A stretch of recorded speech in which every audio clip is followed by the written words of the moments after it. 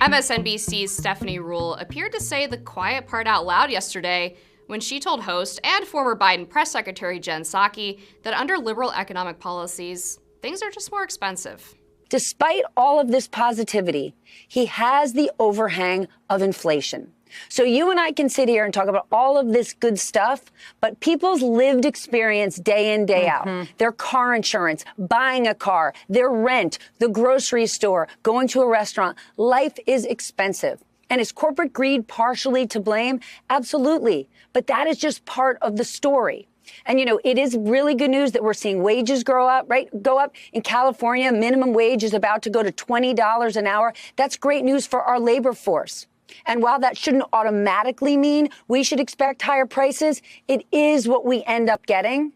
So if you own a small business out there, Jen, if you owned a sandwich shop and you are now paying your employees more money, and that's going to help retain employees, it's going to help attract employees, in the end, you might end up charging more because all sorts of your input costs are going up. It's something we have to currently get used to, but it makes this to be a difficult communications challenge, and that's your expertise for the White House. You can almost sense Psaki's horror at this obvious truth being stated so plainly by someone I'm sure she considers an ally in the ideological struggle. Of course, if you artificially or by law force employers to pay people higher wages, that doesn't occur in a vacuum.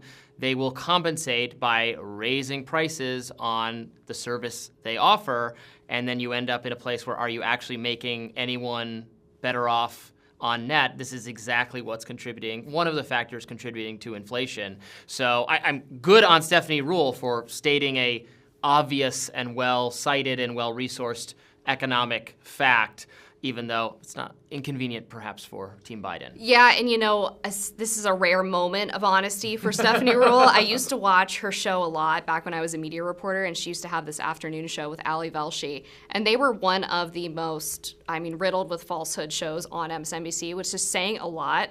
And so this is kind of refreshing to hear from her, but you're exactly right. There are obviously trade-offs to raising the minimum wage. You're going to have knock-on economic effects, and some businesses, instead of raising their prices, will actually just lay off workers and switch to technological replacements. This is why probably 50% of the McDonald's you go in nowadays only have one employee behind the register because they have 6 of these digital screens that you can put your order in on. And you're taking away the opportunity for part-time laborers, for high school and college kids, younger workers to enter the economy for the first time, really build up some equity, build up some wealth, or at least just be able to pay for their schooling and take some of the burden off of their parents. And they don't really get to do that anymore. And I've noticed, too, that in a lot of the jobs in my hometown that were traditionally filled by these teen workers, you actually now have a lot of people from other countries coming in on visas who are filling those jobs. And so I think that's unfortunate, too. I definitely think it's unfortunate, especially if it's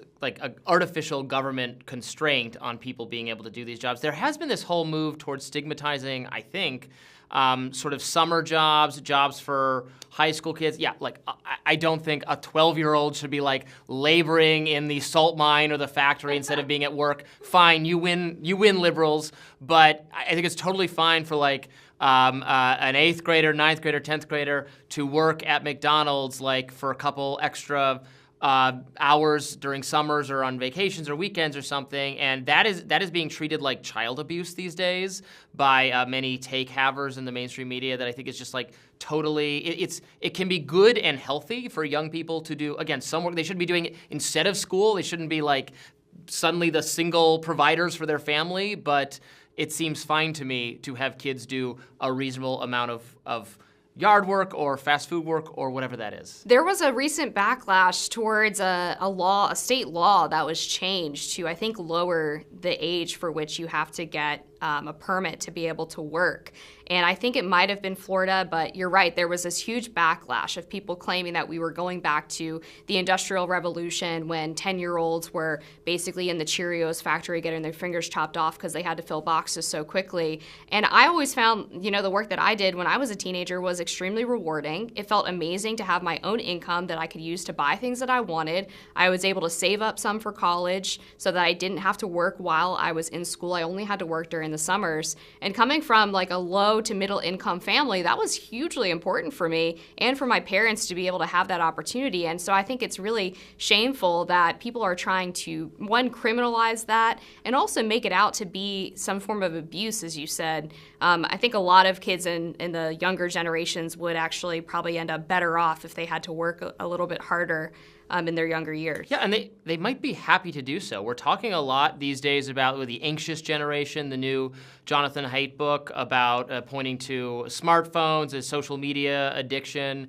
as being so bad for kids. And I think a lot of what he says and has found is insightful. I've pushed back, and some of my colleagues at Reason have pushed back on many of the solutions he's offering in terms of having the government more involved in restricting these things for kids. But I totally agree with the basic point that it is healthier for kids instead of spending all their time on social media, just like if they were spending all their time on video games or on the computer or staring at a TV screen, that would not be good. They should get outside. They should get some exercise. They should do work. They should do an extracurricular activity. They should do something to stimulate their minds, and that is good. And taking away, I don't need to spend all their time doing like manual labor or something, but taking away options for young people to occupy their time other than just staring at a screen, why would we do that? And an important part, too, of Haidt's book talked about the need for young people to socialize face-to-face and in person. And for a lot of people, the first time that they really interact with adults on an equal basis is when they're working in one of these roles, like in fast food service. I mean, granted, a lot of boomers look down on food service workers and aren't very nice to them, but it's kind of the first time they have those interactions with adult strangers. And one of the keys to getting over anxiety is actually putting yourself in situations that make you anxious, that are low stakes, and force you to get over it. I mean, what better way than taking someone's order at a drive-thru? Or I used to work at a pool, and I would have to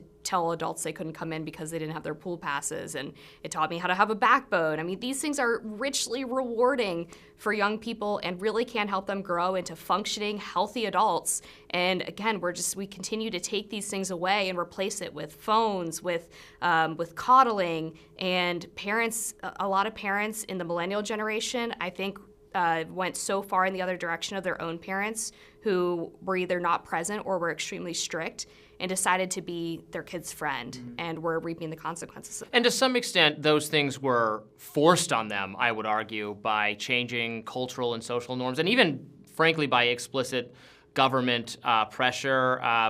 My friend and colleague Lenore Skenazy writes about all of these terrible laws that came into being after reasonable concerns about rising crime in the 80s and early 90s, with this idea that if you ever let your kid out of your sight, you're a negligent parent. Ever letting your kid walk to school or play at the park by themselves, or having an older sibling watch a younger sibling in your own house, in your own backyard, that sort of stuff became widely criminalized, and there's all these cases of child services and the police getting involved in parental decisions where it is a no-brainer that it was perfectly within the realm of safety to let kids have this sort of autonomy that, we walked to school as kids, our parents walked to school as kids. Frankly, in situations and at times where crime was way worse in many urban and rural communities. So that all got criminalized, and I think parents, unfortunately, many of them felt they had no choice but to do this helicopter parenting. And socially now, it's frowned upon to either leave your kid alone or allow an older kid to watch a younger kid because they say that it can cause trauma in children. I kid you not. They call it parentification now, where an older child is perhaps responsible for the younger children. And so a lot of people on the left really don't like when people have big families because they think it forces the older kids to grow up too quickly, which is a form of abuse. I mean, this is like the deranged kind of thinking we're talking about. We have over-applied the word trauma to way too many situations, and I'm traumatized just thinking about it. We'll be back with more right after this.